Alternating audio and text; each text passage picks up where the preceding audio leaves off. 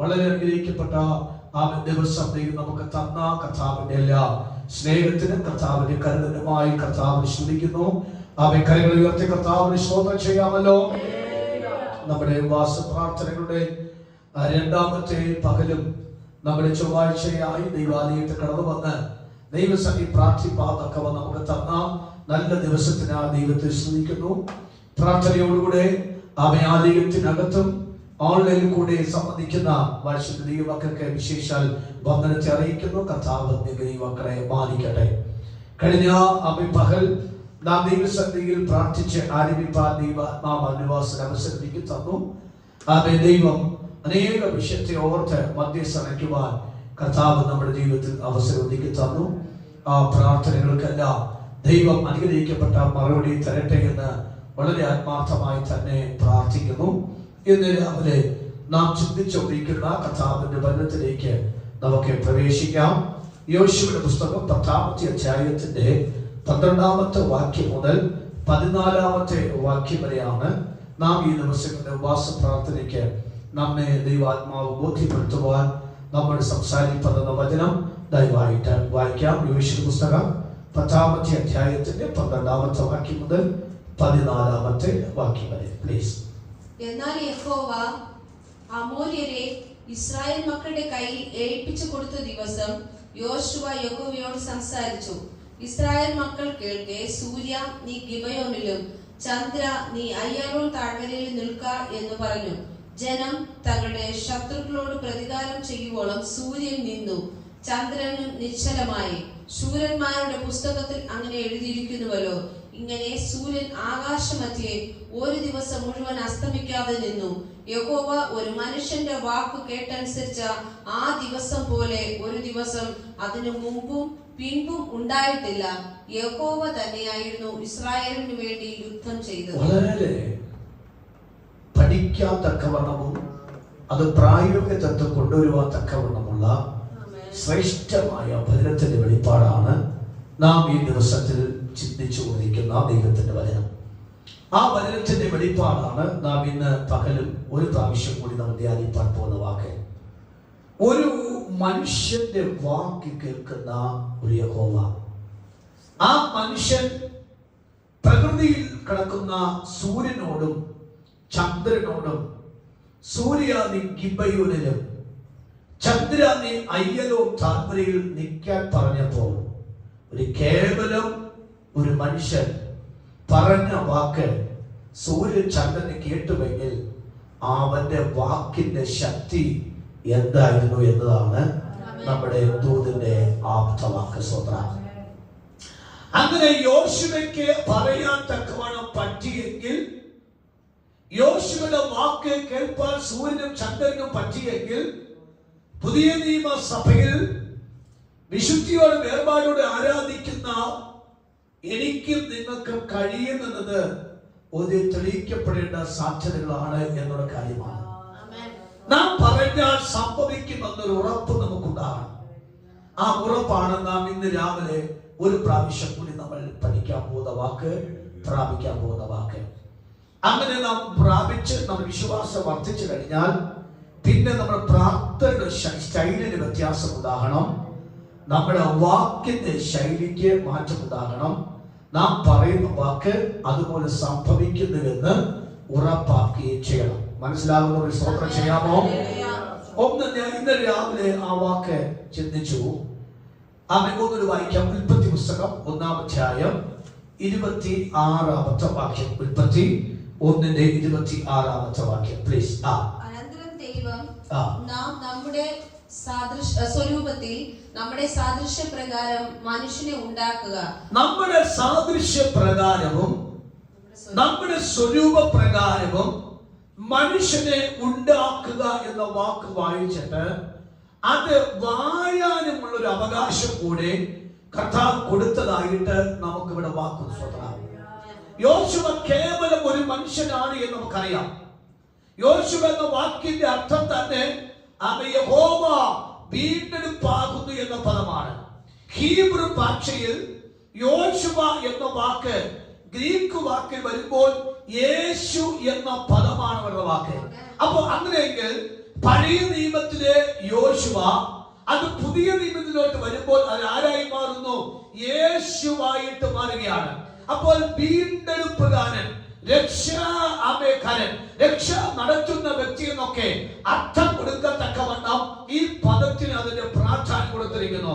എങ്കിൽ യഹോവ ഒരു മനുഷ്യന്റെ വാക്ക് കേട്ടനുസരിച്ച ആ ദിവസം പോലെ ഒരു ദിവസം അതിന് മുമ്പും അതിന് പിൻപും ഉണ്ടായിട്ടില്ല എന്ന് ദൈവത്തിന്റെ വചനം പഠിപ്പിക്കുന്നുവെങ്കിൽ ഈ ദിവസത്തിലെ നമ്മുടെ പ്രാർത്ഥന, ആമേ കർത്താവേ അതുപോലെ എന്റെ വായെയും ഉപയോഗിക്കണമേ എന്നൊരു പ്രാർത്ഥനയാണ് നമ്മുടെ ഉപവാസ പ്രാർത്ഥനയുടെ പ്രാർത്ഥന സബ്ജക്റ്റ് സൂത്രം. വേറെ ഒന്നും എന്ത് പ്രാർത്ഥിക്കരുത്, വേറെ ഒന്നും പ്രാർത്ഥിക്കാൻ ശ്രമിക്കരുത്. നിങ്ങൾ അങ്ങനെ പ്രാർത്ഥിക്കാൻ ശ്രമിച്ച ഉപവാസ പ്രാർത്ഥനയിൽ നമ്മെ ശുദ്ധീകരിച്ച് നമ്മുടെ നാവിനകത്ത് ദൈവം അധികാരം തരാൻ പോകുന്ന ദിവസമാണ്. അതുകൊണ്ട് ഒരു സെക്ഷനും ആരും മിസ് ചെയ്യരുത്. ഞാൻ വളരെ ഗൗരവത്തോടെ വചനം വായിച്ച് പഠിച്ച് പ്രാപിച്ചാണ് ഈ ദിവസത്തെ ഈ ശുശ്രൂഷയ്ക്ക് ദൈവമക്കളെ ബോധ്യപ്പെടുത്തുവാൻ അത് എനിക്കും ആ ശുശ്രൂഷ അനുഗ്രഹമായി മാറും. അപ്പൊ ഒന്ന് ദൈവത്തിന്റെ സ്വരൂപം, 126 വാക്യത്തിൽ നാം നമ്മുടെ സ്വരൂപത്തിലും നമ്മുടെ സാദൃശ്യത്തിലും മനുഷ്യനെ ഉണ്ടാക്കുക എന്ന പദമാണ്. അപ്പോൾ അത് പ്രകൃതിയിൽ മേലും വാഴാനുള്ള അവകാശവും ആദാമിന് അവയെ കൊടുത്തു. യോശുവയുടെ പുസ്തകം 10-ാം അധ്യായത്തിനകത്ത് സൂര്യാദി ഗിബയോനിലും ചന്ദ്രാദി അയ്യലും താഴെ നിൽക്കാൻ തക്കവണ്ണം പറഞ്ഞത് ഉണ്ടാക്കപ്പെട്ട ആദാമിന് ഉണ്ടാക്കപ്പെട്ട അതേ കാലത്ത് തന്നെ യോശുവ വന്നപ്പോൾ യോശുവയുടെ വാക്കിനും പ്രകൃതിക്കകത്ത് അധികാരം ദൈവാത്മാ കൽപ്പിപ്പാണിയാക്കി. ഞാൻ ആ വാക്കൊന്നുകൂടി ആവർത്തിച്ച് പറയാം. രൂപം, ദൈവത്തിന്റെ രൂപം. അതിനകത്ത് ഞാൻ ചിന്തിച്ച വാക്ക് ആമേ സ്വരൂപം എന്ന വാക്കിന് അന്തർലീനമായ ഒരു ഗുണം എന്നൊരു പദം എന്ന് പറഞ്ഞാൽ ഹൃദയത്തിനകത്ത് അന്തർലീനമ കിടക്കുന്ന ഒരു ക്യാരക്ടർ ഉണ്ട് എന്ന് പറഞ്ഞാൽ നമ്മുടെ ബോഡി ലാംഗ്വേജ് കൊണ്ട് പ്രവർത്തിക്കുന്ന ഒരു ക്യാരക്ടർ ഉണ്ട്. ഹൃദയത്തിനകത്ത് കിടക്കുന്ന ഒരു ക്യാരക്ടർ ഉണ്ട്. അപ്പൊ ദൈവത്തിന്റെ ക്യാരക്ടറിനോട് രൂപമാക്കിയാണ് ദൈവം മനുഷ്യനെ ഉണ്ടാക്കിയെന്നാണ് സ്വന്തം. Praise God. ദൈവത്തിന്റെ അന്തരാത്മാവിൽ കിടന്ന ഒരു സ്വഭാവമുണ്ട്. ദൈവത്തെ അന്തരാത്മാവിൽ കിടക്കുന്ന ഒരു വിശേഷമായ കാഴ്ചപ്പാടുണ്ട്. ആ കാഴ്ചപ്പാടോട് സ്വരൂപമാക്കിയാണ് ദൈവം നമ്മെ ഉണ്ടാക്കിയെങ്കിൽ അതേ വാക്കുകൊണ്ട് തന്നെ അവൻ നമുക്ക് കൽപ്പിച്ചു കഴിഞ്ഞാൽ നമ്മുടെ വാക്ക് പ്രകൃതിക്ക് അനുസരിച്ചേ പറ്റൂ. രണ്ടാമത്തെ വാക്ക് ദൈവത്തിന്റെ സ്വഭാവത്തോട് നമ്മുടെ സ്വഭാവത്തെ അവയെ ലയിപ്പിക്കുന്നതിനും ദൈവ രൂപം എന്ന് പദപ്പെടുത്തിയിരിക്കുന്ന വാക്ക്. 3, ദൈവത്തിന്റെ പ്രകൃതിയോട്, ദൈവത്തെ നാച്ചുറൽ സിസ്റ്റത്തോട് എന്റെ നാച്ചുറൽ സിസ്റ്റത്തെ ആഡ് ചെയ്യാൻ തക്കവണ്ണം അവയെ ആ ഒരു സ്വരൂപം എന്ന വാക്കിന് അർത്ഥം കൊടുക്കുന്നു. അടുത്ത ഒരാളിൽ എപ്പോഴും ഏകദേശം ഒരുപോലെ നിൽക്കുന്ന ഒരു സ്വഭാവമുണ്ട്. ആ ഒരു സ്വഭാവം ദൈവ സ്വഭാവമാണ്. ആ സ്വഭാവത്തിന് അനുസരിച്ച് ആ സ്വഭാവത്തിന് എന്ത് വരുന്നില്ല? മാറ്റം വരുന്ന സ്വഭാവമല്ല. അപ്പൊ മാറ്റമില്ലാത്ത സ്വരൂപത്തോട് ആണ് ദൈവം ആദാമിനെ സൃഷ്ടിച്ചത് കൊണ്ടാണ് ആ സ്വരൂപത്തിൽ നമ്മെ സൃഷ്ടിച്ചത് കൊണ്ട് നാം പറയുന്ന കാര്യം പ്രകൃതിക്ക് കേട്ടേ പറ്റും. പറയാമോ? പ്രകൃതി കേട്ടേ പറ്റൂ, പിശാചി കേട്ടേ പറ്റൂ, തടസ്സം നിൽക്കുന്ന വ്യക്തി കേട്ടേ പറ്റൂ. അങ്ങനെയെങ്കിൽ ദൈവത്തിന്റെ സ്വരൂപത്തോട് ദൈവം മനുഷ്യനെ സൃഷ്ടിച്ചുവെങ്കിൽ അത് എന്നോ എപ്പോഴോ ആ സ്വരൂപത്തിൽ നിന്ന് അകന്നുപോയപ്പോൾ നാം പറയുന്ന വാക്കുകളൊന്നും പ്രകൃതിക്ക് ഇഷ്ടമല്ലതായി മാറി. നമുക്കറിയാം, സൃഷ്ടിപ്പിനകത്ത് പാമ്പ് നമ്മെ കടിക്കാൻ പറ്റുന്ന സ്വഭാവം ഉണ്ടായിരുന്നു? ഇല്ലായിരുന്നു. കോഴി കൊത്താൻ പറ്റുന്ന സ്വഭാവം ഉണ്ടായിരുന്നു? ഉണ്ടായിരുന്നു? ഇല്ലായിരുന്നു. പുലി സിംഹവും ആനയും ഉപദ്രവിക്കുന്ന സ്വഭാവം ഉണ്ടായിരുന്നോ? ഇല്ലായിരുന്നു. ഉറുമ്പ് കഴിക്കുന്ന സ്വഭാവമില്ല, കൊതുകുത്തുന്ന സ്വഭാവമില്ല, പട്ടി കടിക്കാൻ പറ്റുന്ന സ്വഭാവമില്ല. എന്ന് പറഞ്ഞാൽ ഭൂമിയിലെ സകല ജീവികളും മനുഷ്യന് അനുകൂലമായി നിന്ന കാലഘട്ടമായതുകൊണ്ട് വ എന്ന് പറഞ്ഞാൽ അത് പ്രകൃതിക്കകത്ത് കിടക്കുന്ന ജീവികൾ വരുന്നു, എന്ന് പറഞ്ഞാൽ ആ ജീവികൾ പോകുന്നു. അത്രമാത്രം അധികാരത്തോടെയാണ് ദൈവം ആദാമിനെ സൃഷ്ടിച്ച കാര്യം. ആദാമിന്റെ സ്വരൂപം ദൈവ സ്വരൂപമാണ്. ഒന്ന് അവർക്ക് ദൈവത്തിന്റെ അന്തരകത്തിരിക്കുന്ന സ്വഭാവം, രണ്ട് ദൈവത്തിന്റെ സ്വഭാവം. ഇത് മൊത്തം ദൈവത്തിന്റെ സ്വഭാവം അവനിലോട്ട് കൊടുത്താണ് ദൈവ മനുഷ്യനായി ആദാമിനെ സൃഷ്ടിച്ചത്. ആ സ്വരൂപത്തോട് ചേർന്ന് നിന്നുവെങ്കിൽ പ്രകൃതിയും പ്രപഞ്ചവും മുഴുവനും ആദാമിന്റെ വാക്ക് കേട്ടതുപോലെ നമ്മുടെ വാക്ക് കേൾക്കാൻ സാധ്യതയുണ്ട്. രണ്ടാമത്തെ വാക്ക് ഞാൻ ഇന്നലെ പറഞ്ഞ വാക്ക് ആവർത്തിക്കുന്ന മാത്രമാണ്. രൂപം പറഞ്ഞിട്ട് പറയുന്നു. അടുത്ത വാക്ക് സാദൃശ്യം എന്ന വാക്ക്. ആ രൂപം എന്ന വാക്കിനകത്ത് വ്യക്തികളുടെയോ അടിസ്ഥാനപരമായ ഗുണം നമ്മളിലേക്ക് വരുത്തിയ ശേഷമാണ് ദൈവത്തിന്റെ സാദൃശ്യത്തിലേക്ക് കൊണ്ടുവന്ന വാക്ക്. എന്ന് പറഞ്ഞാൽ ദൈവത്തിന്റെ ഗുണമെല്ലാം എന്നിലുണ്ടെന്നാണ്. ആ വാക്കിനർത്ഥം എന്താണ്? പറഞ്ഞേ ദൈവത്തിന്റെ ഗുണമെല്ലാം എന്നിലുണ്ട്. അത് ദൈവ സ്വരൂപവും ദൈവ സാദൃശ്യം എന്ന വാക്ക് വരുമ്പോൾ ദൈവത്തിന്റെ സകല ഗുണങ്ങൾ എന്നിലുണ്ട്. ആ ദൈവത്തിന്റെ സകല ഗുണങ്ങൾ എന്നിൽ കിടക്കുന്ന കാലമത്രയും ഞാൻ മറ്റുള്ളവരുടെ ഗുണത്തിന് വേണ്ടി എന്ത് കൽപ്പിച്ചാലും ആ കാര്യം സംഭവിക്കുമെന്നാണ് സ്വന്തം. അത് ഈ ദിവസം ഞാൻ ദൈവസന്നിധിയിൽ പ്രാർത്ഥിക്കുന്നത്, ഒരു ശുശ്രൂഷകനായ ജനത്തിന്റെ മധ്യ നിൽക്കുമ്പോൾ ഞാൻ പറയുന്ന കാര്യമെല്ലാം എന്ത് ചെയ്യണം? നടക്കണം.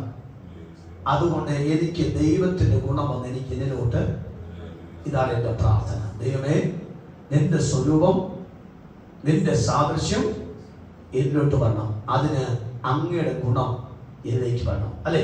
അടുത്ത വാക്ക് രൂപം, അല്ലെങ്കിൽ ബാഹ്യമായ ഒരു രൂപമുണ്ട്. ആ ഭാഗികമായ രൂപം, അത് ആ രൂപമാണ് ദൈവത്തിന്റെ രൂപമാണ്. എന്നെ ദൈവത്തിന്റെ രൂപത്തിൽ സിദ്ധിച്ചുവെങ്കിൽ അത് എന്നെ കാണുമ്പോൾ തന്നെ സാധാരണ. നമുക്കറിയാം, യേശുവിന്റെ പിശാചി കണ്ടപ്പോൾ പിശാചി പറഞ്ഞ വാക്കാണ്, നീ ആരെന്ന് എനിക്ക് ആണോ? സാധാരണ വാക്ക്, നീ ആരെന്ന് അത് ശാസ്ത്രിമാർക്ക് അറിയത്തില്ല, പരീക്ഷന്മാർക്ക് അറിയത്തില്ല, അത് സദൂക്യർക്ക് അറിയത്തില്ല, ദേശത്തിന്റെ യഹൂദന്മാർക്ക് അറിയത്തില്ല, മതപണ്ഡിതന്മാർക്ക് അറിയാം, സംഗീത സംഘക്കാർക്ക് അറിയത്തില്ല. പക്ഷെ യേശു ആരെന്ന് പിശാചിനറിയാം. ഇതുപോലെ തന്നെ നാമം സഞ്ചരിക്കുമ്പോൾ സാത്താൻ പറയണം, നീ ആരെന്ന് എനിക്കറിയാം, നീ എവിടെ നിന്നാണ് വന്നുവെന്ന് എനിക്കറിയാം എന്ന് സാത്താൻ നമ്മെ കുറിച്ച് പറയണമെങ്കിൽ ബാക്കി ഒരു ആമയം പറഞ്ഞാൽ കാര്യം. ഈ ടിബറ്റിന്റെ കാട്ടിൽ കൂടി സഞ്ചരിച്ച സാധു സുദർശനെ കുറിച്ച് തന്റെ പുസ്തകത്തിനകത്ത് താൻ അനുഭവം കുറിച്ചിരിക്കുന്നു. താൻ ഒരിക്കൽ ടിബറ്റിന്റെ കാട്ടിൽ കൂടി സുവിശേഷ വേലയ്ക്ക് വേണ്ടി സഞ്ചരിയോട് സഞ്ചരിക്കുമ്പോൾ തന്റെ മുമ്പിൽ ഒരു കറുത്ത ഒരു പാറ കണ്ടു. ആ പാറയുടെ ഓരം പറ്റി ഇങ്ങനെ അപ്പുറത്തേക്ക് പോകാൻ വെച്ചപ്പോൾ പെട്ടെന്ന് ഒരു അനക്കം തട്ടി. അനക്കം നോക്കിയപ്പോൾ ഒറ്റയാൻ ആനയായിരുന്നു. അതിന് ചിറക് കൊണ്ട് അതിന്റെ കാത് അനക്കിയപ്പോഴാണ് മനസ്സിലായത്, ഞാൻ നിൽക്കുന്നത് ഒരു അപകടകരമായ ഒരു കാട്ട് ആനയുടെ മുമ്പ് നിൽക്കുന്നത്. പക്ഷെ തന്റെ തുമ്പിക്കെടുത്ത് അനക്കാൻ പോലും സമ്മതിക്കാൻ നിശ്ചിത നിൽക്കുന്ന കാഴ്ച കണ്ടു.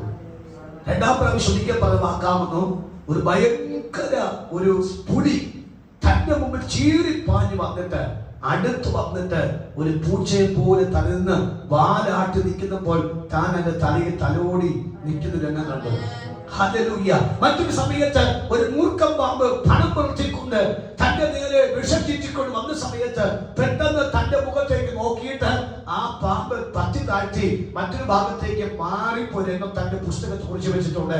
ഇതെങ്ങനെ സംഭവിച്ചു? ദൈവത്തിന്റെ സ്വരൂപം സിംഹത്തിന് മനസ്സിലായി, ദൈവത്തിന്റെ സ്വരൂപം പാമ്പിന് മനസ്സിലായി, ദൈവത്തിന്റെ സ്വരൂപം ആനയ്ക്ക് മനസ്സിലായി, ദൈവത്തിന്റെ സ്വരൂപം പുലിക്ക് മനസ്സിലായി. ഇന്ന് രാവിലെ ആത്മാവ് പറയാ, ഞാൻ ദൈവത്തിന്റെ സ്വരൂപം സാത്താന് മനസ്സിലായി കഴിഞ്ഞാൽ അതെ സാത്താൻ പറയാ, ഓ നീ ആരെന്ന് എനിക്കറിയാം. അത് ഇന്ന് രാവിലെ കരമരിച്ചു പറഞ്ഞാട്ടെ, അത് സാത്താനും അത് ലോകവും മനുഷ്യനും അത് നമ്മെ നോക്കി പറയട്ടെ, അത് നിന്റെ സ്വരൂപം ദൈവ സ്വരൂപമാണ്, നിന്റെ സാദൃശ്യം ദൈവ സാദൃശ്യമാണ്. അതുകൊണ്ട് എനിക്ക് അത് നിന്നോട് പറ്റില്ല.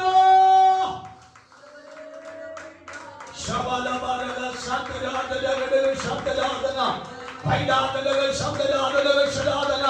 ആമേൻ. ഇന്ന് രാവിലെ കൽപ്പിക്കുന്ന രീതിയിലോട്ട് നമ്മുടെ വായ് ശുദ്ധീകരണം പ്രാപിക്കട്ടെ, ഹൃദയ ശുദ്ധീകരണം പ്രാപിക്കട്ടെ, കണ്ണിലെ ശുദ്ധീകരണം പ്രാപിക്കട്ടെ, മനസ്സ് ശുദ്ധീകരണം പ്രാപിക്കട്ടെ, ശരീരത്തിന്റെ ഓരോ അവയവങ്ങളും അവൻ ശുദ്ധീകരണം പ്രാപിക്കട്ടെ. കരകത്തി പ്രേക്ഷകരെ, ആ ഒരു ശുദ്ധീകരണമാണ് അവരുടെ ദൈവ കൽപ്പനയിലേക്ക് എന്നെ നയിക്കുന്ന വിഷയം. Praise the Lord. Praise the Lord. എന്നലെ പറഞ്ഞ വാക്കാണ് സാമ്യം. ദൈവത്തോടുള്ള ഒരു സിമിലാരിറ്റി ആർക്കുണ്ട്? എനിക്കുണ്ട്.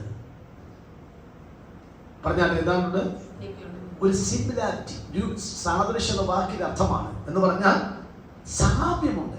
ആരുമായിട്ട്? ബിബിലിൽ പറഞ്ഞാൽ ആരുമായിട്ട്? ദൈവമായിട്ട് സിമിലാരിറ്റി എനിക്കുണ്ട് എന്ന് പറഞ്ഞാൽ ആമേൻ. എൻ്റെ മുഖവും എൻ്റെ ഭാവവും ഒക്കെ ദൈവത്തിന്റെ ഭാവവും ദൈവത്തിന്റെ ചിന്തയും ആയതുകൊണ്ട് ഒരു സിമിലാരിറ്റി പബ്ലിക്കിൽ ഫീൽ ചെയ്യുന്നുണ്ട്.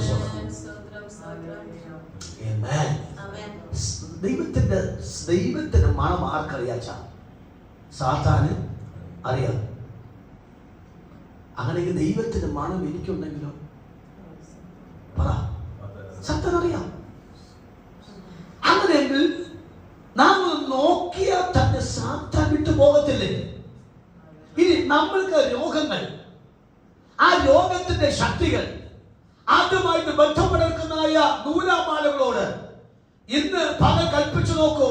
ആകെ ഇന്നലത്തെ ഒരു വ്യക്തിയല്ല ഞാൻ. ഇന്ന് എനിക്ക് കിട്ടിയ വെളിപ്പാടനുസരിച്ച് കൽപ്പിക്കുവാൻ തക്കവണ്ണം അനുവാദം ദൈവം നൽകിയതുകൊണ്ട് ഞാൻ കൽപ്പിച്ചു കഴിഞ്ഞാൽ ആ കൽപ്പന എന്നെ അത്ഭുതത്തിലേക്ക് നയിക്കും. അതുകൊണ്ട് ഞാൻ കൽപ്പിക്കുന്നു, രോഗാത്മാവേ, അത് എന്റെ മണം ദൈവത്തിന്റെ മണമാണ്. എന്റെ എന്നെ വ്യാപരിക്കുന്നത് ദൈവത്തിന്റെ സാദൃശ്യ സ്വരൂപമാണ്.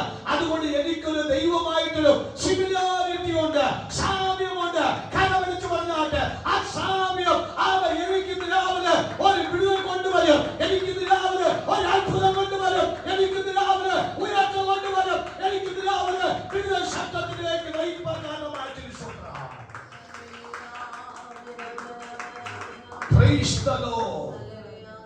രൂപത്തിലോ ഗുണത്തിലോ ഉള്ള ഒരു സാമ്യമാണ്.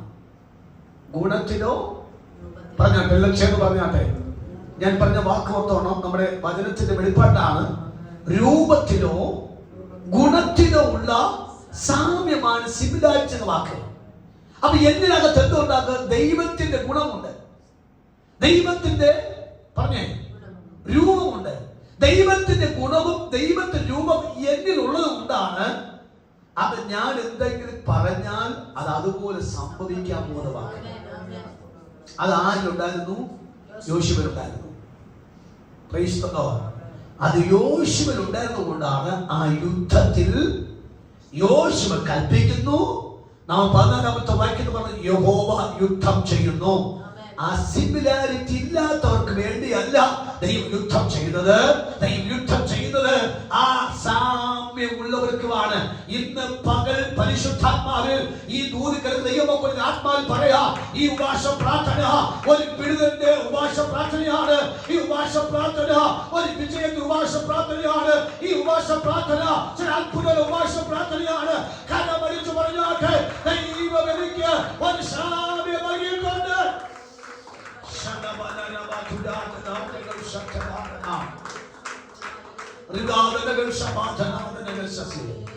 രണ്ടാമത്തെ വാക്യം തുല്യത എന്നൊരു പദം കിടപ്പുണ്ട്. സാദൃശ്യത്തിന് മറ്റൊരു അർത്ഥം കൊടുത്തിരിക്കുന്നതാണ് തുല്യത, ഈക്വാലിറ്റി എന്ന വാക്ക്. എന്താണ് ഈക്വാലിറ്റി? സ്തോത്രം. ഒന്ന് ആമേൻ പറയാമോ? പത്രോസിനെയും യോഹന്നാനെയും പിടിച്ചെവിടെ ഇരുത്തി? യേശുവിന്റെ അടുക്കലെത്തി. ഈക്വാലിറ്റി. ഞെട്ടിപ്പോയി. ഞെട്ടിപ്പോകാൻ കാരണം അങ്ങനെ ഇരിക്കാൻ തക്ക അവർക്ക് ഒരിക്കലും യോഗ്യരല്ലായിരുന്നു. പക്ഷെ ഇപ്പൊ യേശു കാര്യിക്കുന്നു. പത്രോസ്, യോഹന്നാനും യാക്കോബും മറ്റു ശിഷ്യന്മാരിക്കുമ്പോൾ അവർ ഞെട്ടിപ്പോയി. പക്ഷെ അതിന്റെ വെളിപ്പാട് കർത്താവിനറിയാം. എടാ, പത്രോസേ, നിന്റെയും നിന്റെ സഹോദരന്മാരുടെയും അവൻ സ്വഭാവ രൂപം എന്ന് പറയുന്നത് എന്റെ രൂപമായതുകൊണ്ട് അത് ചെയ്യുന്നു. അവൻ ആ വാക്ക് പറയുന്ന വാക്ക്, അതുകൊണ്ട് യേശു വാക്ക് പറഞ്ഞു, എന്നിൽ വിശ്വസിക്കുന്നവൻ ഞാൻ ചെയ്യുന്നതിലും അത് ഈക്വാലിറ്റിയാണ്, സ്വാർത്ഥതയല്ല, അത് സെൽഫിഷ് മൈൻഡ് അല്ല, അത് ഈക്വാലിറ്റിയാണ്. നമ്മുടെ കർത്താവ് ഒരിക്കലും ഞാൻ എനിക്ക് മാത്രം ചെയ്യാവൂ, ഞാൻ ചെയ്താലേ ഒത്തുവരത്തുള്ളൂ, ഞാൻ ചെയ്താലേ കാര്യം നടക്കത്തുള്ളൂ എന്നുള്ളൊരു സ്വാർത്ഥ മനോഭാവം യേശുവിനില്ല. യേശുവിന് അറിയാം. 1:26 വാക്യം ഉൽപ്പത്തി വായിച്ചതുപോലെ ഇവരുടെ ഇവരുടെ രൂപം ദൈവത്തിന്റെ രൂപവും ദൈവത്തിന്റെ സാദൃശ്യമായതുകൊണ്ട് ഞാൻ അവർക്ക് ഈക്വാലിറ്റി കൊടുക്കുന്നുണ്ട്. എനിക്കൊപ്പം ഇരിപ്പാൻ, എന്റെ കൂടെ നടക്കാൻ, ഞാൻ ശിശുവിനെ ചെയ്യാൻ, ഞാൻ അധികം ചെയ്യാത്തവരുണ്ട് കരമൊന്ന് ആത്മാവിൽ അടിച്ചുകൊണ്ട് അവരെ നന്നായി ഒന്ന് പ്രാർത്ഥിച്ചോന്നത് ഒരു ഈക്വാലിറ്റി, ആ തുല്യത അവരെ സൃഷ്ടിപ്പില്ലേ.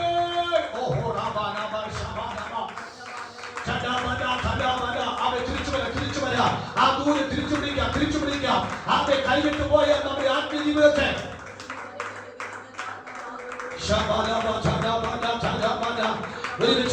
ആത്മാവിൽ പ്രാർത്ഥിച്ചാൽ, ആത്മാവിൽ കരം പിടിച്ചാൽ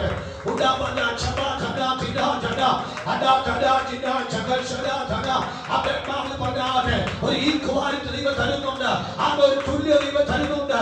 ഈ വർഷം പ്രാർത്ഥന ദൈവത്തിന്റെ ശുശ്രൂഷകൾ അവൻ കൈമാറുന്നുണ്ട്. ചില പ്രാർത്ഥന ശുശ്രൂഷകൾ കൈമാറുന്നുണ്ട്, ചില പോരാട്ട ശുശ്രൂഷകൾ അവൻ കൈമാറ്റുന്നുണ്ട്. ചില പോരാട്ടത്തിന്റെ പോരാടി കയറി വാതിൽ തുറക്കത്തക്കവണ്ണമുള്ള അധികാരം ദൈവം നൽകുന്നുണ്ട്. ഇത് ഒരു കാരണവശാൽ ഒരു മനുഷ്യനെ പോലെ കേവലം മാറി നിൽക്കുന്ന ഒരു അന്തരീക്ഷത്തിലേക്കല്ല ദൈവം വിടുന്നത്. അവരെ പോരാടി കയറുന്ന ഒരു അഭിഷേകത്തിലേക്ക് ദൈവ യുവാശ പ്രാർത്ഥനകൾ അവരെ നമ്മെ കേൾക്കാനുള്ളതുകൊണ്ട് അവരെ ഒന്നും മറ്റൊന്നിനോട് കിടപിടിക്കത്തക്കവരെയും ദൈവാത്മാ നമ്മെ വിശേഷമുള്ളതാക്കി മാറ്റാൻ ദൈവം പ്രസാദമാണ്. ഓ സൂര്യാദി ചന്ദ്രകായെന്ന് കൽപ്പിപ്പാത്തക്കവന്ന് യോശുവിന്റെ നാവിനകത്ത് അവരെ കൊടുത്ത അതേ അധികാരം തന്നെ ഇന്ന് പകൽ അവൻ നമ്മുടെ നാവിനകത്തേക്ക് അവൻ ദൈവം തന്ന് ദൈവം മാനിക്കുന്ന ഒരു വെളിപ്പാട് ഈ വർഷം പ്രാർത്ഥനയിൽ അവനെ ഷെയർ ചെയ്യുന്നു. കരമടിച്ച് ഞാൻ വിശ്വസിക്കുന്നു. ആ ഒരു തുല്യത ദൈവം ഇരിക്കുന്ന ഒരു മകയുടെ യേശുവിന്റെ നാമത്തിൽ. ഹല്ലേലൂയ. ഒരു തുല്യത, ഒരു ഈക്വാലിറ്റി. ആ ഈക്വാലിറ്റി കൊടുത്തിരിക്കുന്ന പദം ഒന്ന് മറ്റൊന്നിനോട് കിടപിടിക്കണം.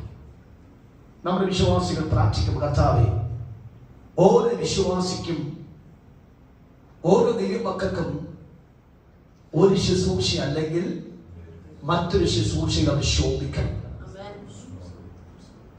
അതാണ് ദൈവ സാദൃശ്യത്തിന്റെ പ്രത്യേകത. പത്രോസ് ചെയ്യാൻ പറ്റാത്ത കാര്യം യോഹന്നാൻ ചെയ്യും. യോഹന്നാൻ ചെയ്യാൻ പറ്റാത്ത കാര്യം യാക്കോബിനെ കൊണ്ട് ചെയ്യിപ്പിക്കും. പൗലോസ് ചെയ്യാൻ പറ്റാത്ത കാര്യം തീമോഥെയോസിനെ കൊണ്ട് ചെയ്യിപ്പിക്കും. തീമോഥെയോസ് ചെയ്യാൻ പറ്റാത്ത തീത്തോസിനെ കർത്താവ് കൊണ്ട് ചെയ്യിപ്പിക്കും. ഇവർക്കാർക്ക് ചെയ്യാൻ പറ്റാത്ത കാര്യത്തെ ലൂക്കോസിനെ കർത്താവ് കൊണ്ട് ചെയ്യിപ്പിക്കും. ചുരുക്കി പറഞ്ഞു കഴിഞ്ഞാൽ ഒരു വ്യക്തിയെ കൊണ്ട് ചെയ്യാൻ പറ്റാത്തതിനെ മറ്റൊരു വ്യക്തിയെ കൊണ്ട് ചെയ്യിപ്പിച്ച് ദൈവം ഫുൾഫിൽ ആക്കുമെങ്കിൽ അതിനെ വിളിക്കുന്ന വിളിയാണ് തുല്യത. ആർക്കും ആരും ഉയർച്ചയില്ല, ആർക്കും ആരും താഴ്ചയില്ല. അവർ എല്ലാവരും ഒരുപോലെ നിൽക്കുന്ന ആത്മീയതയിൽ തലമൊക്കത്തക്കവൻ കരമടിച്ചത് ആത്മാവിൽ ശോഭ ചെയ്ത് പറയാ. യേശുവേ, ആ ഒരു ഈക്വാലിറ്റി, ആ ഒരു തുല്യത ഇന്ന് ഈ ഭാഷ പ്രാർത്ഥനയിൽ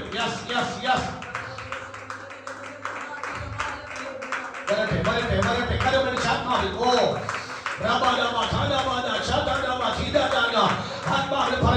പറഞ്ഞ് യോശുവയ്ക്ക് മാത്രം പറയുക നല്ല പെർമിഷൻ കൊടുത്തത്. യോശുവയുടെ പുസ്തകത്തിൽ കുറിച്ച് വെച്ച വാക്ക് എനിക്ക് കൂടി ആ ദൂത് ബാധകമായതുകൊണ്ടാണ്, എനിക്കുമായി ഞാനും ആ ദൂതിലേക്ക് അവൻ കയറി വരുവാൻ താല്പര്യപ്പെടുന്നതുകൊണ്ടാണ് ഇന്ന് രാവിലെ എന്നോട് ആ ദൂത് സംസാരിക്കുന്നത്. ഇന്ന് രാവിലെ ശുദ്ധീകരണത്തോടുകൂടെ പറയാ, എന്റെ വായ് അവൻ സന്തോഷം നഗരങ്ങളോടുകൂടെ, എന്റെ വായ് അവൻ ശുദ്ധീകരണ ശബ്ദത്തോടുകൂടെ ഇന്ന് രാവിലെ വരാൻ പറ്റുമെങ്കിൽ എന്റെ വാ ദൈവത്തിന്റെ വാ പോലെ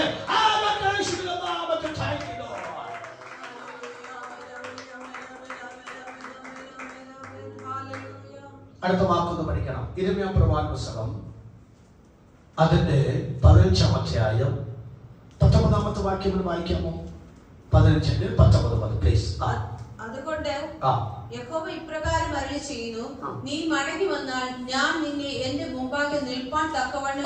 നീ മടങ്ങി വന്നാൽ എന്റെ സാദൃശ്യവും എന്റെ സ്വരൂപവും ഞാൻ ഒന്നുകൂടി നിനക്ക് തരാം. എന്താവശ്യമാണ് വെച്ചാൽ ഒരു മടങ്ങി ഒരു ആവശ്യമാണ്. ദൈവത്തിന് എന്തില്ല? സ്വാർത്ഥതയില്ല. ഈക്വാലിറ്റി ദൈവാത്മ പ്രതീക്ഷിക്കുന്നുണ്ട്.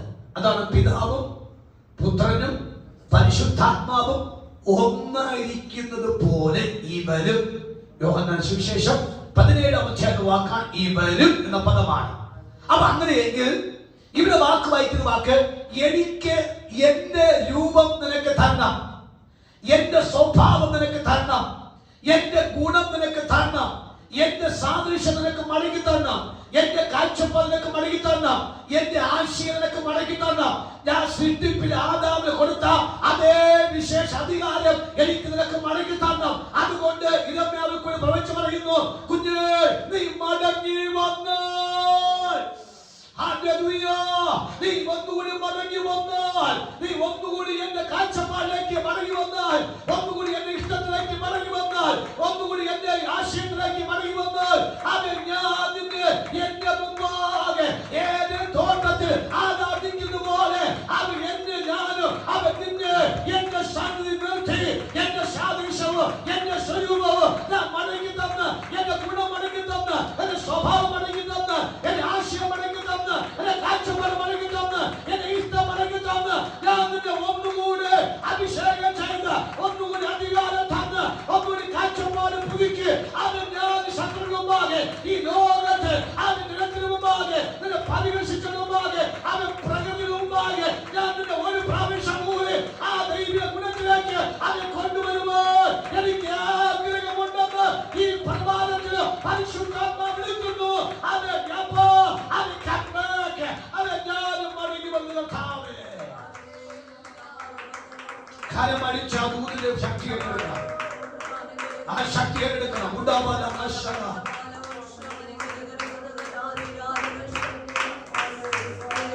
മടങ്ങി വരണം, നീ മടങ്ങി വരണം. മുടിയനാപുത്രൻ നമ്മൾ വിളിച്ചു പറയുന്ന അപ്പന്റെ ഇളയ മകനെ കുറിച്ച്, അവനെ കുറിച്ച് ദൈവത്തിന്റെ ആഗ്രഹം, അവൻ മടങ്ങി വരണം.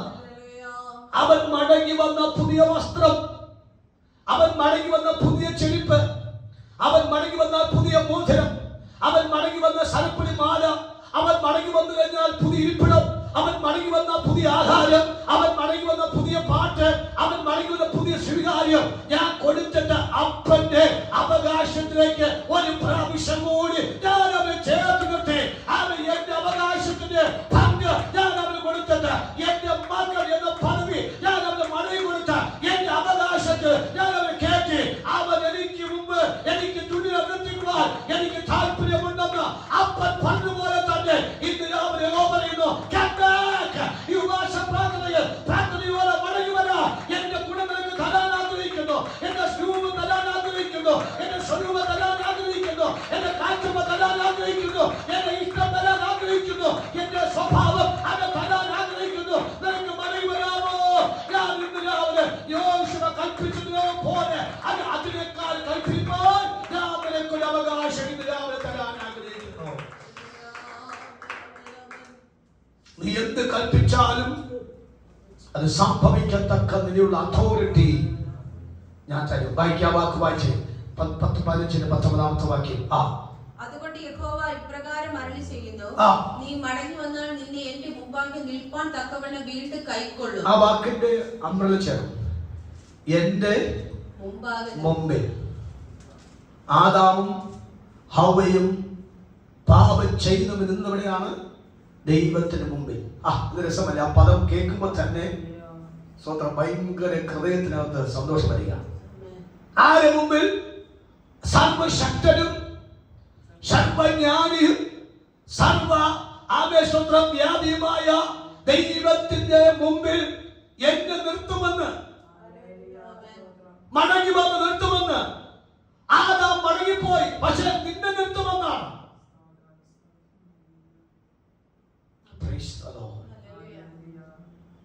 എന്നുള്ള വാക്കൊന്നത് വായിച്ചേ. ഉൽപ്പത്തി 1:26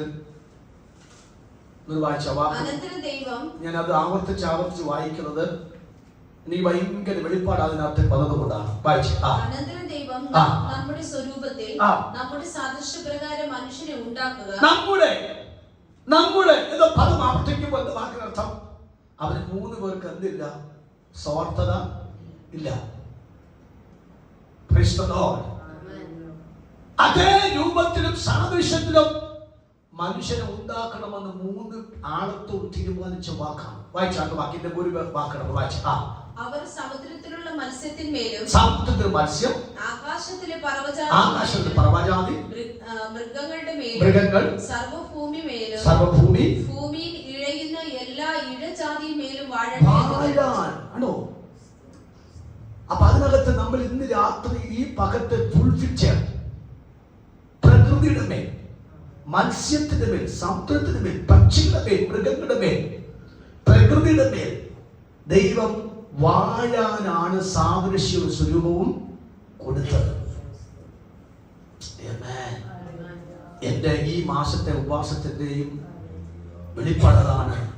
അതിലോട്ട് എന്റെ ജനം വരണം, എന്റെ മക്കൾ അതിലോട്ട് വരണം, അതിലോട്ട് എന്റെ മക്കൾ വരണം. ഈ ദൂത് ഇവിടെ കൊണ്ട് കേട്ടിട്ട് കളയില്ല. വളരെ ആഴമായ വെളിപ്പാടാണ്. വാഴാനാണ് വിളിച്ചത്, മറ്റുള്ളവരുടെ കീഴിൽ വാഴാനല്ല, മറ്റുള്ളവരുടെ അണ്ടറിൽ ജീവിക്കാനല്ല നമ്മൾ വിളിച്ചത്. സാത്താൻ ഇരുട്ടിന്റെ ശക്തിയുടെ ഭാഗം വാഴാനല്ല വിളിച്ചത്. ദൈവം വിളിച്ചത് അതിന്റെ മേൽ വാഴാൻ. കഴിഞ്ഞ കുറെ മാസമായി നാം വാഴുന്നത് സാത്താന്റെ കീഴിലാണ്. നാം വാഴുന്നത് രോഗത്തിന് കീഴിലാണ്. നാം വാഴുന്ന നിരാശ കീഴിലാണ്. പക്ഷെ ഇന്ന് രാവിലെ ആത്മ പറയുന്നു, അത് നിന്നെ അടിമയാക്കത്തക്കവണ്ണ അല്ല, നീ അതിനെ അടിമയാക്കത്തക്ക നിലയിൽ ഞാൻ നിന്നെ അവന്റെ മുമ്പാകെ വാഴോ തക്കവണ്ണമുള്ള ഒരു തികഞ്ഞ അതോറിറ്റി അവൻ അവൻ കൈമാറുന്നുവെന്ന് പരിശുദ്ധാത്മാവ് സംസാരിക്കുമ്പോൾ എത്ര പേർക്ക് അവനൊക്കെ വാഴാനാണ് ദൈവത്തിന്റെ സാദൃശ്യമോ ദൈവ സ്വരൂപമോ എനിക്ക് തന്നതുകൊണ്ട് ഞാൻ അതിനെ അടക്കി ഭരിക്കാനൊക്കെ ഒരു അതോറിറ്റി ദൈവം തന്നുകൊണ്ട് ദൈവം പറയുന്നു, ഞാൻ നീ മടങ്ങി വന്നാൽ ഞാൻ നിനക്ക് ഈ അതോറിറ്റി മൊത്തം ഒരു പ്രാവശ്യം കൂടി തരാം. കേട്ടാ? അതോറിറ്റി വീണ്ടും തരാം. ഏതോറിറ്റി? സമുദ്രത്തിന് മേലും, മത്സ്യങ്ങളുടെ മേലും, പർവ്വജാതികളുടെ മേലും, മൃഗങ്ങളുടെ മേലും വാഴുവാൻ അത് ഒരു പ്രാവശ്യം കൂടി തരാമെന്നാണ് ഇരമ്യാവിനെ കൂടി പറഞ്ഞ വാക്ക്. വായിച്ചോ? ഇരമ്യാവ് വേഗത്തിൽ. നീ മടങ്ങി വന്നാൽ ഞാൻ നിന്നെ എന്റെ മുമ്പാകെ നിൽപ്പാൻ തക്കവണ്ണം വീണ്ടും കൈക്കൊള്ളും. നീ അധമമായത് ഒഴിച്ച് ഉത്തമമായത് പ്രസ്താവിച്ചാൽ നീ അധമമായത് ഉപേക്ഷിക്കണം. നീ ദൈവത്തിന്റെ സാദൃശ്യമാണെന്ന് പഠിക്കണം. നീ ദൈവത്തിന്റെ സ്വരൂപമുള്ളത് പഠിക്കണം. അങ്ങനെ പഠിച്ചു കഴിഞ്ഞാൽ നീ ഒരിക്കലും അധമിപ്പിക്കുന്ന നെഗറ്റീവ് വേർഡ് നീ പറയത്തില്ല, പറയാൻ വായിക്ക് പ്രാപ്തിയുമില്ല. കഥാപരയുടെ വാക്കാണ് ഞാൻ പറഞ്ഞ വാക്ക്. നീ എന്ത് പറയരുത്? അധമമായ കാര്യം പറയരുത്. ഇന്ന് മുതൽ എന്ത് പറയണം? പോസിറ്റീവ് കാര്യം പറയണം. എങ്ങനെ പറഞ്ഞാൽ, ഞാൻ ദൈവത്തിന്റെ സാദൃശ്യത്തിലുള്ള വ്യക്തിയാണ്, ഞാൻ ദൈവത്തിന്റെ സ്വരൂപത്തിൽ വ്യക്തിയാണ്. ഞാൻ ആ സ്വരൂപവും സാദൃശ്യ വാക്ക് ഞാൻ നോട്ട് ചെയ്ത് നിങ്ങൾക്ക് ആ വാക്ക് ബോധ്യപ്പെടുത്തിയ വാക്ക്. സിമിലാരിറ്റി, ഈക്വാലിറ്റി എന്നൊക്കെ പറഞ്ഞു. സാദൃശ്യമുള്ള വ്യക്തി ദൈവത്തെ പോലിരിക്കുന്നു, ദൈവത്തെ തുല്യമായ ഈ വാക്കാണ് ഈക്വാലിറ്റി, സിമിലാരിറ്റി എന്ന പദം. അപ്പൊ അങ്ങനെ അത്രയും ദൈവം നമുക്ക് പെർമിഷൻ തന്നുവെങ്കിൽ ഇനിയും നമ്മൾ നെഗറ്റീവ് വാക്ക് പറയേണ്ട ആവശ്യമുണ്ടോ? ഇനിയും നമ്മൾ താഴ്ച വാക്ക് പറയേണ്ട ആവശ്യമുണ്ടോ? ഇനിയും തകരുന്ന വാക്ക് പറയേണ്ട ആവശ്യമുണ്ടോ? ഇല്ല ഇല്ല ഇല്ല. ഇനി പറയേണ്ട വാക്ക് പോസിറ്റീവ് വാക്ക്. യേശുവിന്റെ നാമത്തിൽ ഈ മാസം ഉയർച്ച വരും, ഈ മാസം അത്ഭുതം നടക്കും, ഈ മാസം നേട്ടം വരും, ഈ മാസം തകർച്ച മാറും, ഈ മാസം രോഗം മാറും, ഈ പ്രാവശ്യം ദാരിദ്ര്യം മാറും, ഈ മാസം അത്ഭുതം സംഭവിക്കും, ഈ മാസം സന്തോഷം മാറ്റം വരും, കരമടിച്ച് വരാം, ഈ മാസം ഉയർച്ച വരും. അത് ദൈവത്തിന്റെ വാക്കാണ്. ഞാൻ നിങ്ങൾക്ക് ദൈവമാകിയാണ്, പിശാചിന് മുമ്പിലല്ല, ലോകത്തിന് മുമ്പിലല്ല, ഞാൻ നിങ്ങൾക്ക് ദൈവത്തിന് മുമ്പിലാണ്. ആ നിൽക്കുന്ന എനിക്ക് ഒരു ശൂന്യവാക്കല്ല. അത്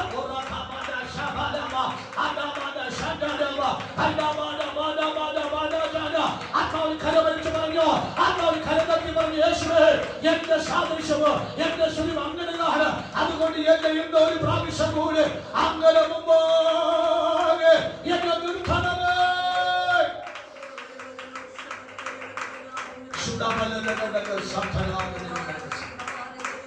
ഒന്ന് രണ്ട് വാക്കുകൂടി ഞാൻ തിരുക്കത്ത് പറയാം. ബാക്കി നമുക്ക് വൈകുന്നേരം ആ ഭാഗം ചിന്തിച്ച് ഒതുക്കാം. ആ വാക്ക് മറക്കരുത്. ആ വാക്ക് വായിച്ചു വിട്ടിട്ട് ഞാൻ വേറൊരു വാക്യം എന്റെ അകത്ത് വന്നിട്ടുണ്ട്. വായിച്ച് നീ മടങ്ങി വന്നാൽ ഞാൻ നിന്നെ എന്റെ മുമ്പാകെ നിൽപ്പാൻ തക്കവണ്ണം വീണ്ടും കൈക്കൊള്ളും. നീ അധമമായത് ഒഴിച്ച് ഉത്തമമായത് പ്രസ്താവിച്ചാൽ നീ എന്റെ വാ. ഇവിടെ നോട്ട് ചെയ്യണം. എന്റെ വാ പറഞ്ഞിട്ട് എന്താ വെച്ചാ ആര് വാ? എന്റെ വാ. അപ്പൊ ഇന്നൊരു ട്രാൻസ്ഫർമേഷൻ നടക്കണ്ടേ? നടക്കണോ? ശരിയാണ് പറ. ഇന്നൊരു അപ്പൊ ഇനി ഒരു കാരണവശാലും ഈ വാ വേറെ ഒരു വായും വേറെ ഒന്നിനും വിട്ടുകൊടുക്കരുത്. അല്ലേ? 50 സങ്കീർത്തനത്തിന് എന്താ പറഞ്ഞ വാക്ക്? 50 സങ്കീർത്തനം വായിച്ചേ. ഞാൻ പറയാം. 50 സങ്കീർത്തനത്തിൽ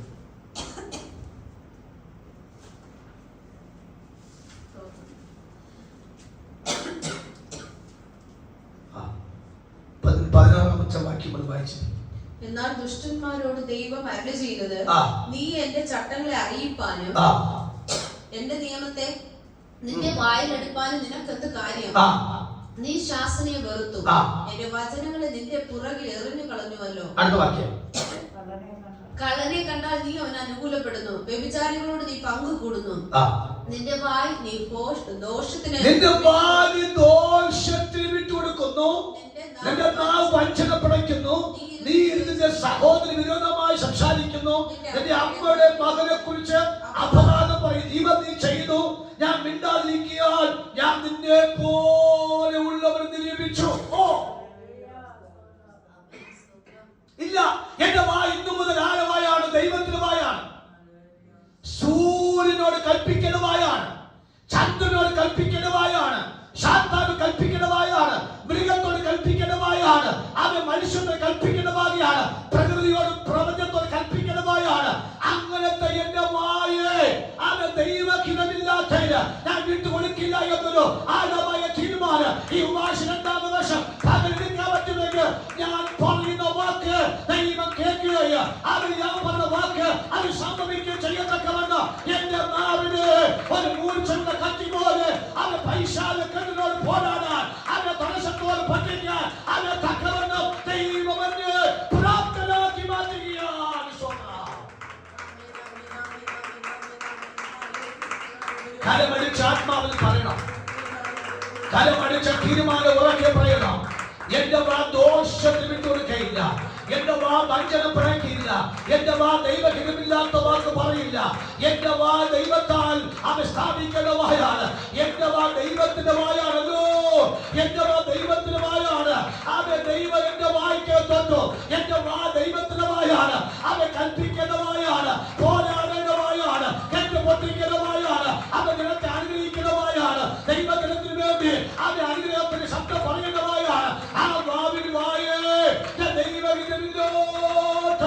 ഉപയോഗിക്കയില്ല എന്ന ആ ശ്രേഷ്ഠ ചിന്താഗതിയോട് അവൻ നമുക്ക് അവരെ പറയാ, ഞാൻ അവനെ പോരാടി അവകാശം പ്രാപിക്കേണ്ടതാണ്.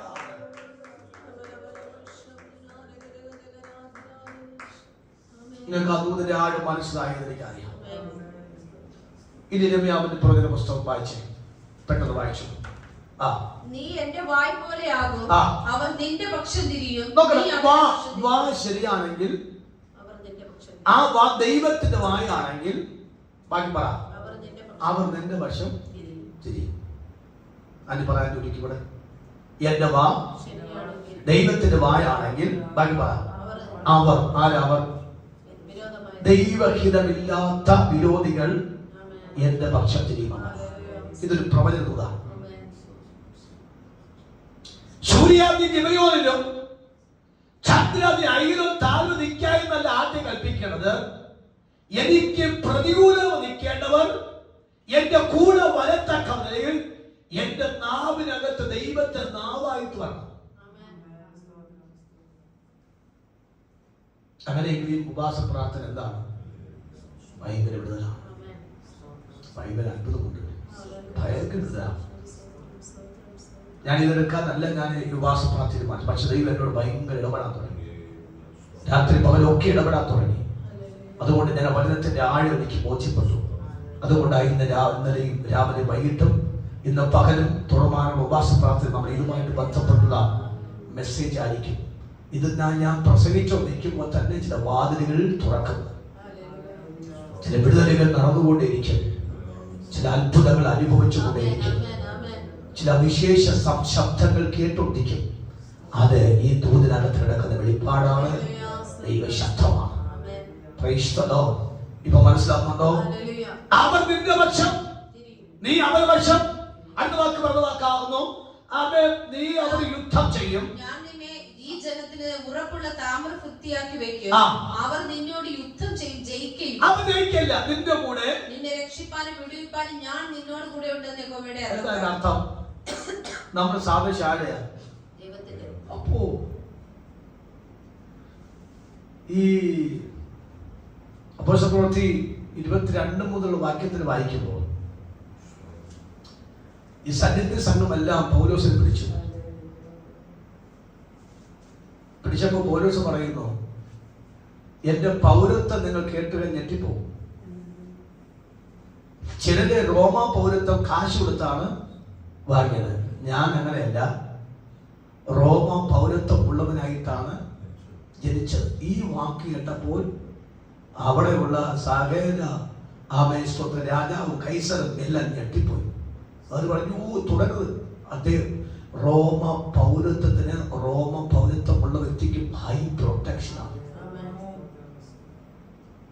എങ്കിൽ പിന്നെ എന്റെ സാദൃശ്യം സുരിവാട് വകയാണ്. എങ്കിൽ പിന്നെ ബാക്കി പറയാൻ, നിന്നെ രക്ഷിപ്പാനും നിന്നെ വിടിവിപ്പാനും നീ എന്റെ സ്വരൂപ സാദൃശ്യമായതുകൊണ്ട് നിന്റെ കൂടെ ഞാനുണ്ടെന്ന്.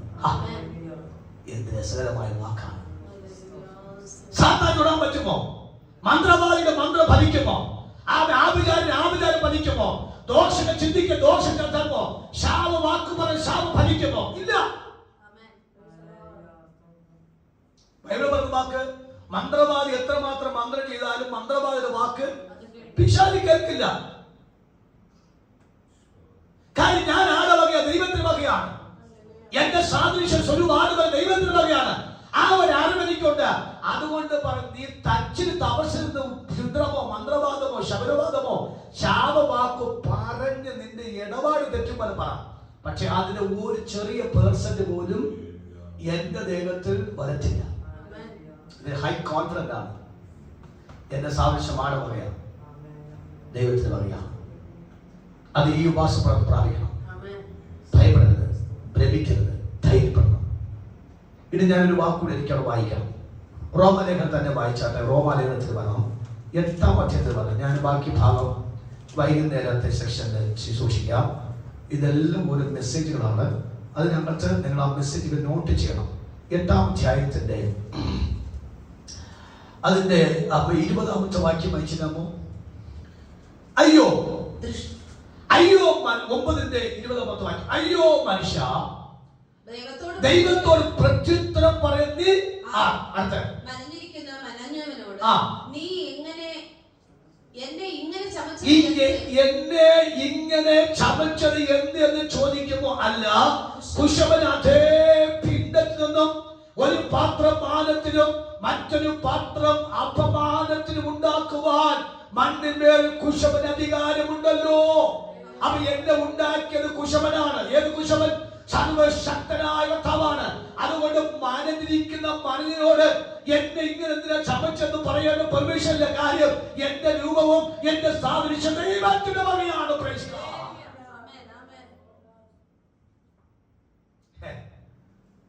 സ്വന്തം ചെയ്യാം. ആരെയും ദൈവം ദരിദ്രനാണ് സൃഷ്ടിച്ച? ആരെയും ദൈവം സമ്പന്ന സൃഷ്ടിച്ചു? പറയാ, നിങ്ങൾ പറ. അശോച പറ. ദൈവം എല്ലാവരെയും ഒരുപോലെ സൃഷ്ടിച്ചത്. ഒരുവനെ സമ്പന്നനായിട്ടും ഒരുവനെ ദാരിദ്ര്യമുള്ളവനുമായിട്ടാണോ സൃഷ്ടിച്ചത്? അല്ല. ദൈവം എല്ലാവരും ഒരുപോലെ സൃഷ്ടിച്ചു. അങ്ങനെയെങ്കിൽ കാലാകാലത്തിൽ അവന്റെ രൂപത്തിലും ഭാവത്തിലും സ്വഭാവത്തിലും ചിന്തയിലും ചിന്താഗതിയിലും മാറ്റം വന്നപ്പോഴാണ് ഒരുവൻ സമ്പന്നനായി മാറി, മറ്റൊരു വ്യക്തി ദരിദ്രനായി മാറി, മറ്റൊരു കൂട്ടർ അവൻ സമ്പന്നനുമല്ല ദരിദ്രനുമല്ലാത്ത ഇടക്കാലായി മാറി. ഇതെല്ലാം അവരവരെ ചിന്തയ്ക്ക് വന്ന മാറ്റം സംഭവിച്ചതാണ്. പക്ഷെ എന്റെ ദൈവത്തിന്റെ ദൃഷ്ടിയിൽ, ദൈവത്തിന്റെ രൂപത്തിൽ, ദൈവ സാദൃശ്യത്തിൽ എല്ലാവരും ഒരുപോലെയാണ്. സോദരാ, ഇനി ചെറിയൊരു ചിന്ത ഞാൻ പറഞ്ഞു നിർത്താം. കഴിഞ്ഞ ഒരു 12 മാസം നമുക്ക് ലഭിച്ചു. ഈ കഴിഞ്ഞ മാസം കൂട്ടുമ്പോൾ 13 മാസം ലേറ്റസ്റ്റ് ആയിട്ട്. അല്ലെ നമ്മുടെ ചിന്തയ്ക്ക് മാറ്റം ഉണ്ടായില്ലയോ?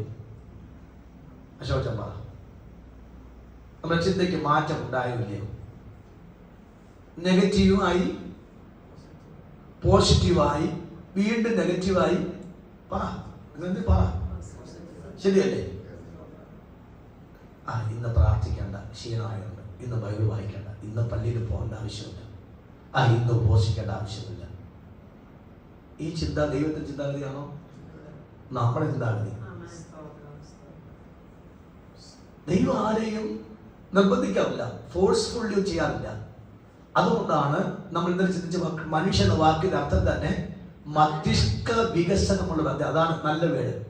മസ്തിഷ്ക വികസനമുള്ള ജീവിയാണ് ഏതാ പറഞ്ഞേ? മനുഷ്യൻ. മസ്തിഷ്ക വികസനം. 2 പരിജ്ഞാന വിവേകമുള്ള ജീവി എന്നാണ്. അതുകൊണ്ട് ദൈവം ഇച്ഛയോടുകൂടെ അവരവിടെ സ്വന്തം ഇഷ്ടമനുസരിച്ച് നീക്കാൻ തക്കവണ്ണമുള്ള നിരീക്ഷണം ദൈവം സൃഷ്ടിച്ച വാക്ക്. അവര് വേണം തീരുമാനിക്കാം സമ്പന്നനാകണമോ, അവര് തീരുമാനിക്കാം ദരിദ്രനാകണമോ, അവര് തീരുമാനിക്കാം ആത്മീയനാകണമോ, അവര് തീരുമാനിക്കാം അനാത്മീയനാകണമോ. അത് അവരെ കൊടുത്ത ഇച്ഛയാണ്, അവരെ കൊടുത്ത സ്വാതന്ത്ര്യമാണ്. മനസ്സിലാകുന്നുണ്ടോ? എനിക്ക് ഇന്നലെ അവർ നിങ്ങളോട് പറയണ നിയോഗം ഒറ്റ ചിന്തയിലേക്ക് വരണം. ആര് ചിന്ത? ദൈവത്തിന്റെ ചിന്തയിൽ വളർത്തണം. എന്റെ മെസ്സേജ് അതാണ്, എന്റെ ആഗ്രഹം അതാണ്. നീ മടങ്ങി വന്നാൽ നിന്നെ ഞാൻ എന്റെ മുമ്പാകെ നിൽക്കും. ഞാൻ നിന്നെ സൃഷ്ടിച്ചത് എന്റെ സാദൃശ്യത്തിലാണ്. നാം വായിച്ച വാക്യം, അയ്യോ മനുഷ്യ, ദൈവത്തോട് പ്രത്യുത്തരം പറയാൻ നീ, അയ്യോ എന്നെ ദരിദ്രനായി സൃഷ്ടിച്ചു, എന്നെ കർത്തവനായി സൃഷ്ടിച്ചു, എന്നെ വെളുത്തവനായി സൃഷ്ടിച്ചു, എന്നെ വല്ലാത്ത രൂപത്തിൽ സൃഷ്ടിച്ചു എന്നും പറയാൻ പറ്റില്ല. കാര്യം ആ ദൈവത്തിന്റെ സൃഷ്ടിപ്പിൽ ഒറ്റ രൂപമേ, ഒറ്റ അച്ഛയുള്ളൂ. പക്ഷെ കാലാന്തരത്തിലും പാപത്തിന്റെയും അധർമ്മത്തിന്റെയും ആ ദൈവഹിതമില്ലാത്ത രീതി വന്നപ്പോൾ ചേഞ്ചസ് അവരവർ വളർത്തിയതാണ്. ദൈവം ആരെയും അവരെ വളർത്തിയിട്ടില്ല. ഒരാമയെ മനസ്സിലായൊരു മാത്രം പറയണം. ഹല്ലേലൂയ. രണ്ടാമത്തെ കാര്യം 10-ാം അധ്യായം, റോമൻ 10-ാം അധ്യായം അതിന്റെ 9-ാമത്തെ വാക്യവും 10-ാമത്തെ വാക്യവും പ്ലീസ്. യേശുവിനെ കർത്താവെന്ന് വായ്കൊണ്ട് ഏറ്റുപറയുകയും ഒരു റീസെന്റ് ആണ്. മടങ്ങി വന്നാൽ എനിക്ക് കൽപ്പിക്കാൻ പെർമിഷൻ തരും. അതെങ്ങനെ തരും? ഒന്ന്, ഈ പുതിയ സഭയ്ക്ക് ദൈവം അടുത്തൊരു ചാൻസ് ആണ്. യേശുവിനെ കർത്താവെന്ന് വായ് കൊണ്ട് ഏറ്റു. കർത്താവേ, നിന്റെ സാദൃശ്യമാണ് ഞാൻ, നിന്റെ സ്വരൂപമാണ് ഞാൻ. യോശുവിന് കൊടുത്ത അധികാരം എനിക്ക് വേണം. അതുകൊണ്ട് എനിക്ക് അതുപോലെ സംസാരിക്കാൻ, അതുപോലെ കൽപ്പിക്കാൻ തക്കവണ്ണമുള്ള ഒരു നിയോഗം എനിക്ക് വേണം. അതിനുവേണ്ടി തമ്പുരാൻ പറയുന്നു, നീ 1-ാമത്തെ പ്രാവശ്യം നീ യേശുവിനെ കർത്താവെന്ന് നീ വാവുകൊണ്ട് ഏറ്റു പറയുമ്പോൾ ദൈവത്തിന്റെ സാദൃശ്യവും ദൈവത്തിന്റെ സ്വരൂപവും ഒരു പ്രാവശ്യം കൂടി നിനക്ക് തരും. അതുകൊണ്ടാണ് ലൂക്കോസ് 15-ാം അധ്യായത്തിൽ അപ്പാ, ഞാൻ സ്വർഗത്തോടും നിന്നോട് പാപം ചെയ്തു എന്ന വാക്ക്. ഈ പദം പറയേണ്ട കാരണം ആദ്യം പിന്മാറ്റം വന്നു. ആ പിന്മാറ്റമാണ് അപ്പൽ നിന്നും വീട്ടിൽ നിന്നും കൂട്ടായ്മ നിന്നും തന്നെ അകറ്റിയത്. അതുകൊണ്ടാണ് ആ പാപചിന്ത നിമിത്ത പരാജയം വന്നതുകൊണ്ടാണ് ആ മകൻ പറഞ്ഞത് 1-ാമത്തെ അകൽച്ച ദൈവത്തോടുള്ള അകൽച്ചയായിരുന്നു. അതുകൊണ്ട് പറഞ്ഞു, ദൈവമേ, സ്വർഗസ്ഥ പിതാവേ, എന്നോട് ക്ഷമിക്കണമെന്ന് പറഞ്ഞു വന്നു. അതാണ് യേശുവിനെ കർത്താവെന്ന് വായ് കൊണ്ട് ഏറ്റു പറയുമ്പോൾ ദൈവ യോശുവെ കൊണ്ട് പറയിപ്പിച്ചതുപോലെ നമ്മെ കൊണ്ട് ദൈവാൻ പറയിപ്പിക്കാൻ നമ്മുടെ നാവിനകത്ത് ദൈവാധികാരം. 2-ാമത്തെ വാക്ക് വായിച്ചോ.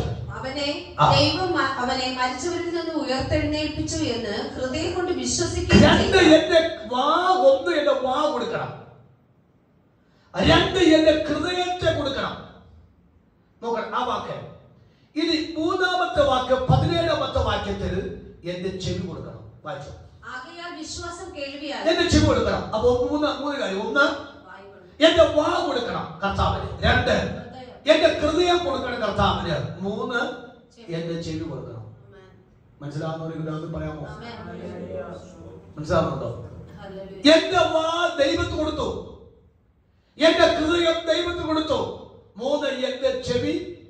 ഇത് മൂന്നുമല്ല ഏറ്റവും പ്രാധാന്യമുള്ള സാധനം അല്ലേ? ഹലോ അല്ല, ഇത് മൂന്ന് സാധനം. അപ്പോൾ എനിക്ക് ദൈവത്തിന് യേശു ക്രിസ്തുവിനെ പോലെ കൽപ്പിക്കണം, അല്ലെ യോശുവിനെ പോലെ കൽപ്പിക്കണം. അങ്ങനെ കൽപ്പിച്ച് ഒരു അധികാരസ്ഥനായിട്ട് എനിക്ക് വരണം. അങ്ങനെ വരണമെങ്കിൽ എനിക്ക് ഒന്ന് എന്റെ വാ ആർക്ക് കൊടുക്കണം? ദൈവത്തിന് കൊടുക്കണം. രണ്ട് എന്റെ ഹൃദയം ആർക്ക് കൊടുക്കണം? ദൈവത്തിന് കൊടുക്കണം. മൂന്ന് എന്റെ ചെവി ആർക്ക് കൊടുക്കണം? ഈ മൂന്ന് കാര്യം കൊടുത്തു കഴിഞ്ഞാൽ നമ്മൾ ഒന്നാമത്തെ പ്രൊസീജിയർ അപ്ലൈ ചെയ്ത് സക്സസ് ആയി. അധികാരത്തിലേക്ക് പ്രവേശിപ്പാൻ, ക്രിസ്തുവിന്റെ സാദൃശ്യത്തോട് ഏകീഭവിപ്പാൻ, അവന്റെ സ്വഭാവത്തോട് ഏകീഭവിപ്പാൻ, അവന്റെ ഗുണത്തോട് ഏകീഭവിപ്പാൻ, അവൻ ചെയ്തതുപോലെ ചെയ്യുവാൻ തക്കവണ്ണം നമ്മെ പ്രാപ്തനാക്കുന്നതിന് ഒന്നാമത്തെ പ്രൊസീജിയർ ആണ് എന്റെ വാ ആർ കൊടുത്തു? കർത്താൻ കൊടുത്തു. എന്റെ ഹൃദയം കർത്താൻ കൊടുത്തു. എന്റെ ചെവി കർത്താൻ കൊടുത്തു. ഇപ്പൊ എന്താ പറയുന്നുള്ളൂ? ആരെ പറ്റി? കർത്താവിനെ പറ്റി മാത്രമേ പറയുന്നു. എന്റെ ഹൃദയത്തിനകത്ത് എന്തേ ഉള്ളൂ? കർത്താവിനെ കുറിച്ച് പറയുന്നുള്ളൂ. മൂന്ന് എനിക്ക് എന്തേ കേൾക്കുന്നുള്ളൂ? ദൈവശബ്ദം മാത്രം ചെവി, ഒരപശബ്ദം ചെവി കേൾക്കുന്നില്ല. ഈ മൂന്ന് കാര്യത്തിൽ നാം എടുക്കുന്ന തീരുമാനം, യോശുവ പറയുന്നു, സൂര്യ നിൽക്കുകയും ചന്ദ്രനെ അയ്യലും താഴെ നിൽക്കാൻ പറഞ്ഞപ്പോൾ നിന്നു. കർത്താവ് വചനം പറയുന്നു, ഒരു മനുഷ്യൻ യഹോവയോട് പറഞ്ഞതുപോലെ അതിന് മുമ്പിലും സംഭവിച്ചിട്ടില്ല, അത് പിന്നിലും സംഭവിച്ചില്ല. അങ്ങനെയെങ്കിൽ തൻ്റെ വാ ആർ കൊടുത്തു? ദൈവത്തിന്. തൻ്റെ ഹൃദയം ആർ കൊടുത്തു? തൻ്റെ ചെവി ആർ കൊടുത്തു? ഇത് മൂന്നുമല്ലേ ഈ വിജയത്തിന്റെ രഹസ്യം? ഞാൻ ആ വാക്ക് പറഞ്ഞു ഇപ്പൊ പ്രാർത്ഥിക്കാം. ഇത് മൂന്ന് ദൈവത്തിന് കൊടുത്തപ്പോൾ യോശുവ പുസ്തകം 10:14 അവസാന വാക്യം പറയുന്നു, യഹോവ അവർക്ക് വേണ്ടി യുദ്ധം ചെയ്തു എന്ന് വാക്കാണ്. ഒരാമയും പറഞ്ഞാണ്. മനസ്സിലാക്കണം.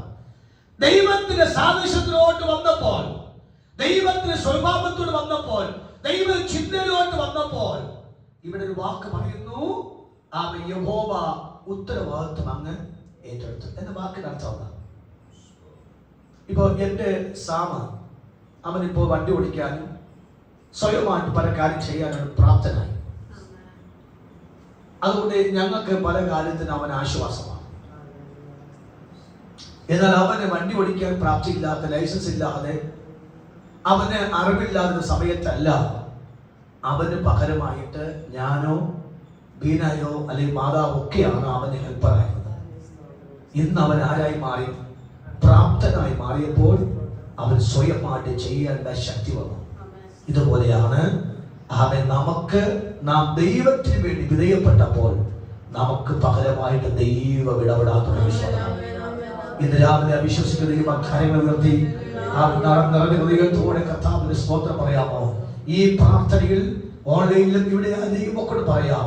ഇന്ന് ഈ ദൂതുകൾ, കർത്താവേ, ഇന്ന് എന്റെ വാ ദൈവത്തിന്, എന്റെ ഹൃദയം ദൈവത്തിന്, മൂന്ന് എന്റെ ചെവി ദൈവത്തിന്. ഇത് മൂന്ന് കർത്താവ് കൊടുത്തു. ഇത് മൂന്ന് കൊടുത്തപ്പോൾ കർത്താവ് പറയുന്നു, ശരി, ഒന്നാമത്തെ പ്രൊസീജിയർ ഓക്കെ ആയി, സക്സസ് ആയി മാറി. ഇനി സെക്കൻഡ് പ്രൊസീജിയർ നമുക്ക് അടുത്ത ദിവസങ്ങൾ ചിന്തിക്കാം. അതുകൊണ്ട് നമുക്ക് ഇന്ന് രാവിലെ കർത്താവേ, എന്റെ സാദൃശ്യം ദൈവത്തിന്റെ സാദൃശ്യമാണ്, എന്റെ സ്വരൂപം. ഞാൻ ആ വാക്ക് തൊട്ടപ്പോൾ തന്നെ വിവിധമായ ആലോചനയുടെ അകത്തേക്ക് കയറി വരുന്നുണ്ട്. എനിക്ക് നിർത്താൻ പറ്റാത്ത നിലയിലുള്ള വചനത്തിന്റെ ഒഴുക്ക് എന്റെ അകത്തേക്ക് ദൈവാത്മ തരുന്നുണ്ട്. ഞാൻ ഇന്ന് രാവിലെ ദൈവസഭയോട്, ഈ ദൂത് കേൾക്കുന്ന, പ്രത്യേകിച്ച് ഉപവാസത്തോട് പ്രാർത്ഥിക്കുന്നതായ ദൈവമക്കളോട് ഹൃദയത്തോട് പറയുന്നു, ദൈവം നിങ്ങളുടെ നാവിനെ അധികാരത്തിന്റെ നാവായിട്ട് ഉപയോഗിക്കുകയും നിങ്ങൾ പ്രാർത്ഥിക്കുമ്പോൾ തന്നെ, നിങ്ങൾ പോരാടുമ്പോൾ തന്നെ, നിങ്ങൾ പറയുമ്പോൾ തന്നെ ദൈവത്തിന്റെ അത്ഭുതം അവിടെ സംഭവിച്ചുകൊണ്ടിരിക്കും. നമുക്കറിയാം യെഹെസ്കേൽ പ്രവാചക പുസ്തകം 37-ാമത്തെ അധ്യായം നമുക്കറിയാം. നമുക്ക് പിന്നെ ചിന്തിക്കുന്ന വാക്കാണ്. യെഹെസ്കേൽ പറഞ്ഞു, യെഹെസ്കേലേ, നീ യഹോവയുടെ വചനം പറയാമോ? Praise God. യഹോവയുടെ വചനം പറയാമോ? അവൻ ഉറക്കെ യഹോവയുടെ വചനം പറഞ്ഞു. എന്ത് സംഭവിച്ചു? അസ്ഥി പറഞ്ഞ് അസ്ഥിയോട് യോജിച്ചില്ലേ? എങ്കിൽ പിന്നെ നമ്മുടെ അസ്ഥിയുടെ കിടക്കുന്ന രോഗത്തെ മാറ്റാൻ നമ്മുടെ വായിൽ കിടക്കുന്ന വാക്കിന് പറ്റത്തില്ല. മനസ്സിലാവുന്നുണ്ടോ? നമ്മുടെ ക്ഷീണങ്ങളെ മാറ്റാൻ ഈ വാക്കിന് ശക്തിയില്ലേ? നമ്മുടെ ബലഹീനത മാറ്റാൻ തക്കണം ഈ ശക്തിയില്ലേ? എങ്കിൽ ഇന്ന് രാവിലെ നമുക്ക് ഉപയോഗിക്കുന്ന താവേ, എന്റെ രോഗത്തെ മാറ്റാൻ എന്നിൽ തന്നെ അധികാരമുണ്ട്. എന്റെ ശാപത്തെ മാറ്റാൻ എന്നിൽ തന്നെ അധികാരമുണ്ട്. കമോൺ, അവൻ എന്റെ ജീവിതത്തിന്റെ പരാജയം മാറ്റാൻ എനിക്ക് തന്നെ പറ്റും. എന്റെ ജീവിത താഴ്ച മാറ്റാൻ എനിക്ക് പറ്റും. അത് ഇൻപുട്ട് തന്നിട്ടുണ്ട്. അതിന്റെ അകത്തേക്ക് ദൈവാത്മാവ് സ്റ്റോക്ക് ചെയ്തിട്ടുണ്ട്. അതുകൊണ്ട് ഇന്ന് രാവിലെ അത് പറയാൻ ദൈവത്തെ ഇന്ന് രാവിലെ പ്രാർത്ഥനാക്കണം. കരമടിച്ച നാട്കൾ പറയാ, അതൊന്ന് തിരിച്ചറിയട്ടെ. കമോൺ, അത് തിരിച്ചറിയട്ടെ. ഇന്ന് രാവിലെ തിരിച്ചറിയട്ടെ. ഓ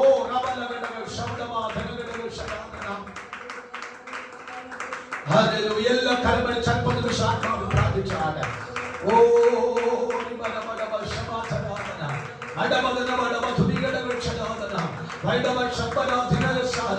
കരമടിച്ച പ്രാർത്ഥിച്ചാണ്.